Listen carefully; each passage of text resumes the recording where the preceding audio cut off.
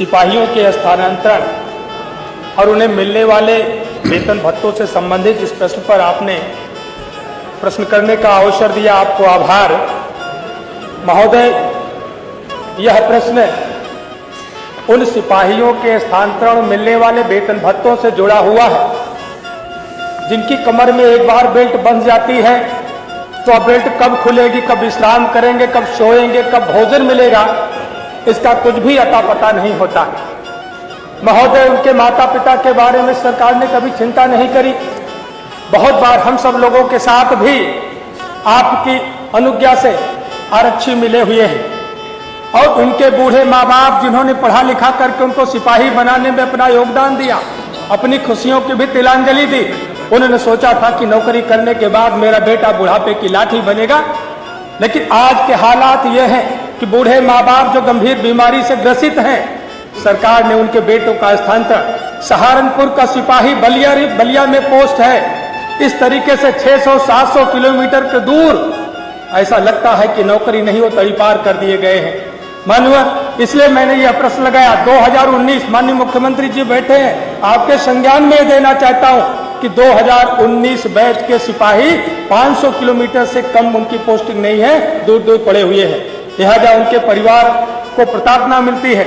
महोदय, इसलिए मैंने ये प्रश्न बनाया कि जो हमारा शासनादेश है स्थानांतरण का कि सीमावर्ती जनपद के बाद उनकी पोस्टिंग करा दी जाए। 2020 का 2021-22 के सिपाहियों की पोस्टिंग तो आसपास हो गई, लेकिन 2019 के सिपाही 500 से 600 किलोमीटर दूर पड़े हुए हैं। माननीय, इससे जो उनके परिवार का जो इमोशनल लॉस होता है, जो उस सिपाही का इमोशनल लॉस होता है, इसकी भरपाई कभी भी किसी भी दशा में नहीं की जा सकती। लिहाजा परिणाम देखिए, अभी हमने समाचार पत्र पढ़ा था कि कानपुर में कई सौ सिपाही लापता है। अनेकों जनपदों में इस तरह की सूचनाएं आती हैं कि सिपाही लापता है। माननीय, इनकी सैलरी के बारे में भी आसपास के जो स्टेट है, चाहे हरियाणा हो, पंजाब हो, दिल्ली हो, महाराष्ट्र, स्थानांतरण नीति के बारे में पूछे ना, जी जी, इनका प्रारंभिक जो उत्तर प्रदेश के सिपाही हैं, इनका प्रारंभिक वेतन 21,700 है और हरियाणा, पंजाब, महाराष्ट्र, दिल्ली के सिपाहियों का प्रारंभिक वेतन 35,000 से 50,000 है। माननीय, इनको मिलने वाले भत्तों में सरकार ने कभी ध्यान नहीं दिया। अभी माननीय मुख्यमंत्री जी का जवाब इसमें है राशन भत्ता, जो भोजन पौष्टिक आहार का भत्ता 1875 रुपए, माननीय पुलिस लाइन से लेकर के कहीं पर भी जो कैंटीन पुलिस विभाग की चल रही होगी उसमें जो खर्च लिया जा रहा होगा, अगर उसको भी देखेंगे तो एक सिपाही का एक महीने का कम से कम 3,000 रुपए जरूर उनके खाने में खर्च दिखाया जाता होगा। लेकिन उन सिपाहियों का मिलने वाला भत्ता 1875 रुपए माने बहुत कम है। वहीं पर वर्दी का भत्ता 3,000 रुपए और साइकिल भत्ता, मानव कोई सिपाही आप सबको क्या दिखा क्या चलते हुए, मानव ये इसी भत्ते से जुड़ा हुआ है। मैं विषयांतर प्रश्न नहीं कर रहा हूँ। माननीय मुख्यमंत्री जी बैठे हैं। मानव, आपने कहा था 3 वर्ष पहले कहा था कि हम सिपाहियों को 500 रुपए मोटरसाइकिल भत्ता देने का काम करेंगे, लेकिन अभी तक उसका शासनादेश प्रतीक्षारत है। वर्दी धुलाई का भत्ता 188 रुपए। उत्तर प्रदेश के सिपाहियों को कोई जोखिम भत्ता नहीं दिया जाता।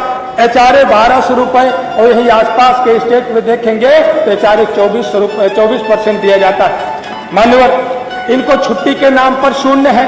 कम से कम महीने में 2 दिन का अवकाश मिल जाएगा तो इनका जो मानसिक उत्पीड़न होता है वह नहीं होगा, इनकी कार्यदक्षता बनी रहेगी। मानो इसीलिए मैंने, और खासतौर से एक महिला सिपाहियों की जो समस्या बैरकों में है, इनको आवासीय सुविधाएं नहीं है, इनका परिवार कैसे चलेगा, बच्चे कैसे होंगे, उनको तरह तरह की असुविधाओं का सामना करना पड़ता है। तो उनको कम से कम आवासीय सुविधाएं बढ़ा दी जाए। माननीय, मैं अनुपूरक प्रश्न से पढ़ जा रहा हूँ। माननीय मुख्यमंत्री जी बैठे हैं, सिपाहियों पर कृपा हो जाएगी। माननीय, मेरी सरकार से यह मांग है कि जो सैलरी उत्तर प्रदेश के सिपाहियों का प्राथमिक वेतन 21,700 है, अन्य स्टेट की अपेक्षा बहुत कम है, इसको बढ़ा करके 4200 पे ग्रेड पर कर दिया जाए। राशन भत्ता जो 1875 रुपए है, इसको कम से कम 3000 रुपए कर दिया जाए और वर्दी भत्ता 3000 से बढ़ा करके 6000 कर दिया जाए और साइकिल का भत्ता 200 से बढ़ा करके मोटरसाइकिल का भत्ता 1000 रुपए कर दिया जाए और जोखिम भत्ता जो उत्तर प्रदेश में नहीं है उसको भी घोषणा अगर माननीय मुख्यमंत्री जी आदेश करा दे तो हो जाए। HRA इनका कम से कम 25% निर्धारित कर दिया जाए। मैं माननीय मुख्यमंत्री जी से ये मांग करता हूँ। चलिए, उन्होंने मांग मानवर कानपुर कभी तो मानचेस्टर कहलाया जाता था मानवर, चाहे वो मजबूरी हो और हमारी मांगे पूरी हो, इसी बात के लिए बर्बाद किया मानवर लोग, इसी आधार पर रहो। अब जो फोर्स को भी बर्बाद कर दे तुले, बर्बाद कर दे तुले।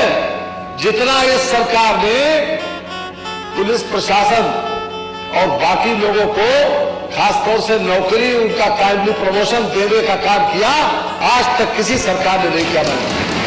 और जितनी सुविधाएं पुलिस सिपाहियों के लिए, हेड कांस्टेबलों के लिए, आप 2,19,000 से ज्यादा तो नियुक्तियां दी है मनोहर को, 2,19,000 से ज्यादा नियुक्ति और उसमें बाकायदा 20% महिलाओं का रिजर्वेशन दिया। उसके साथ साथ उनको टाइमली प्रमोशन देते हैं मानवर और उनको आवास की सुविधा दे रहे, बराबर हर पुलिस लाइन में बैरक बनवा रहे हैं। और ये केवल इसी बात के ऊपर, पता नहीं किसने इनको राय दे दी। एक वो आए थे, उन्होंने कहा वो पता नहीं इंग्लैंड से आए, कहां से आए, उन्होंने कहा कि पानी एक दूध मिल नहीं रहा, बताइए। अब वो ये आदमी को हिंदुस्तान का आदमी कह सकता है, ये प्रदेश का आदमी कह सकता है पानी नहीं मिल रहा। ये सवाल जो है। और दूसरे ये इनको मालूम भी किस दुनिया में रह रहे, जो पुलिस जो सर्विस कंडीशंस हैं उसमें सुधार, वो लोग टाइमली प्रमोशन चाहते हैं, टाइमली उनको प्रमोशन मिला, उनको रहने के लिए अभी तक बैरकें नहीं थी, वो बैरकें बनवाई गई और हर तरह से उनको रोजगार से लेकर और उनको सुविधा युक्त वातावरण भर दिया गया।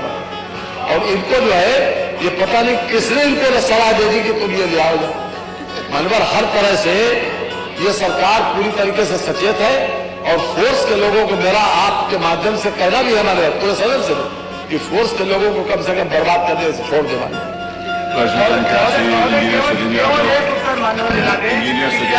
वेतन भत्तों पर वृद्धि करने पर विचार करेंगे, आवासीय सुविधाएं देंगे कि नहीं, आए ना नहीं आवासीय सुविधा तो बता देना, आवासीय सुविधा सबको देंगे। वेतन और भत्ते बढ़ाएंगे।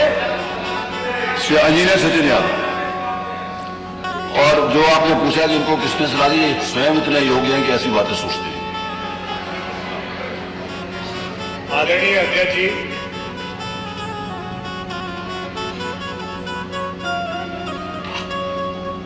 आदरणीय अध्यक्ष जी, मैं आपको धन्यवाद देता हूं कि आपने लोकतंत्र के चौथे स्तंभ पत्रकारों पर मुझे सवाल पूछने का